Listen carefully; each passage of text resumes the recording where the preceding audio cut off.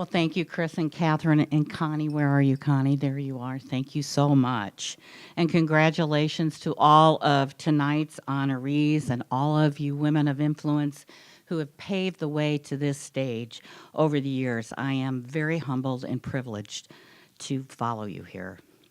Well, those of you who know me best know I have a passion, a fire in my belly for mentoring.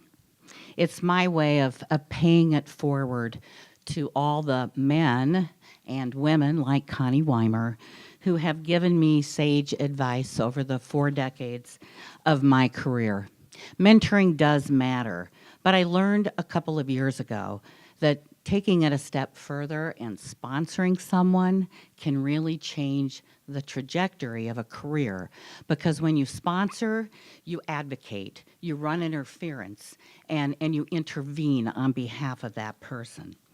So I want to tell you a short story about a young woman that I happened to meet, and this is true, at a Chamber of Commerce lunch.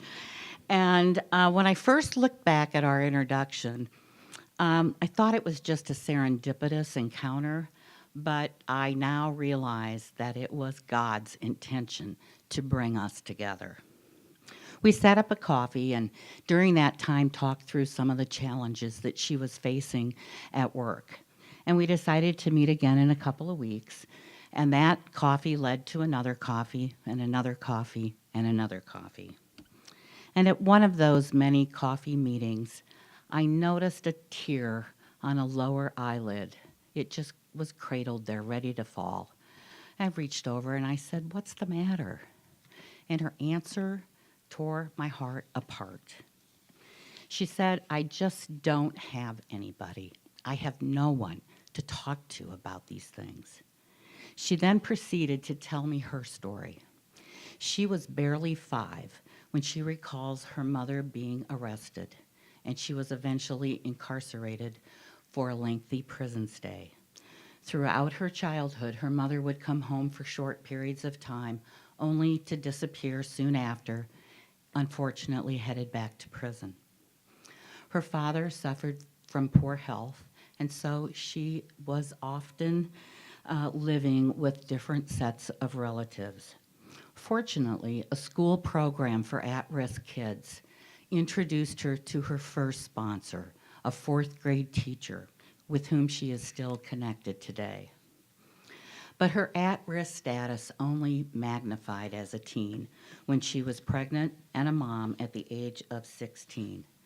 Because neither of her parents were there to provide for her all the time, she found herself moving in and out of friends' homes and occasionally even sleeping in a shelter with her tiny baby infant daughter in tow.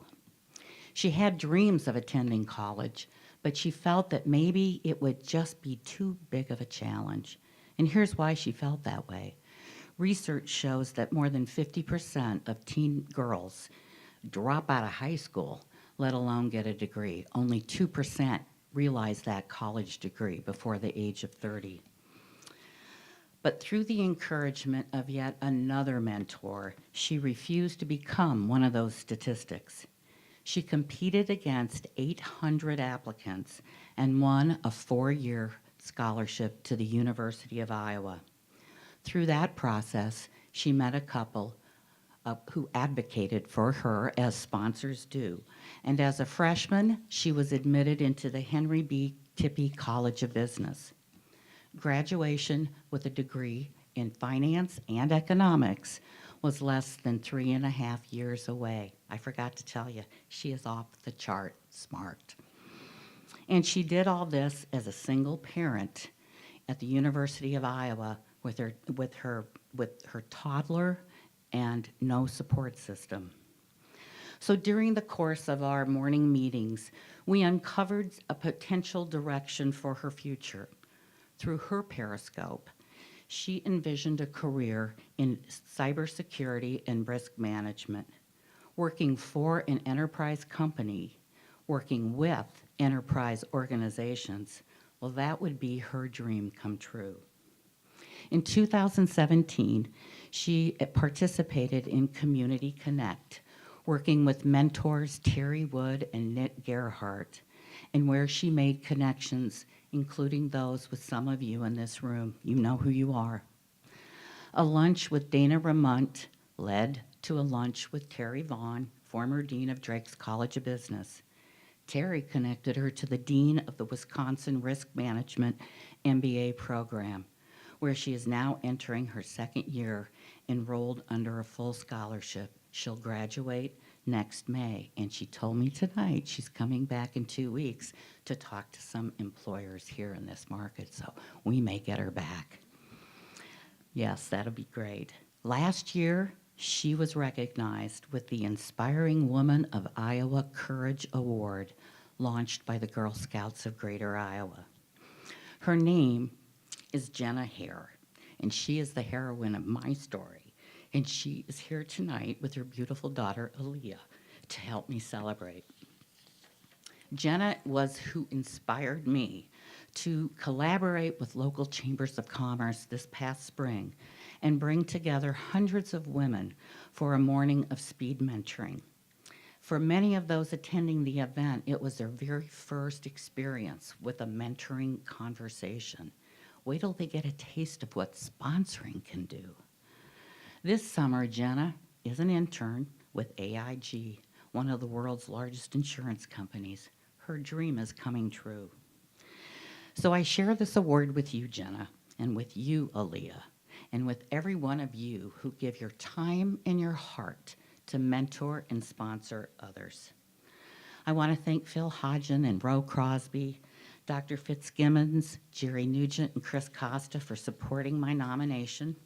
A huge thank you to Connie, Jeanette, Chris, Catherine, and all of my former colleagues at the Business Record. You really have no idea how you've touched my heart. I'm forever grateful to my wonderful husband, Tom, of 39 years, and to my kids and their spouses who have always supported me in my profession and community work. I love you guys. Thank you.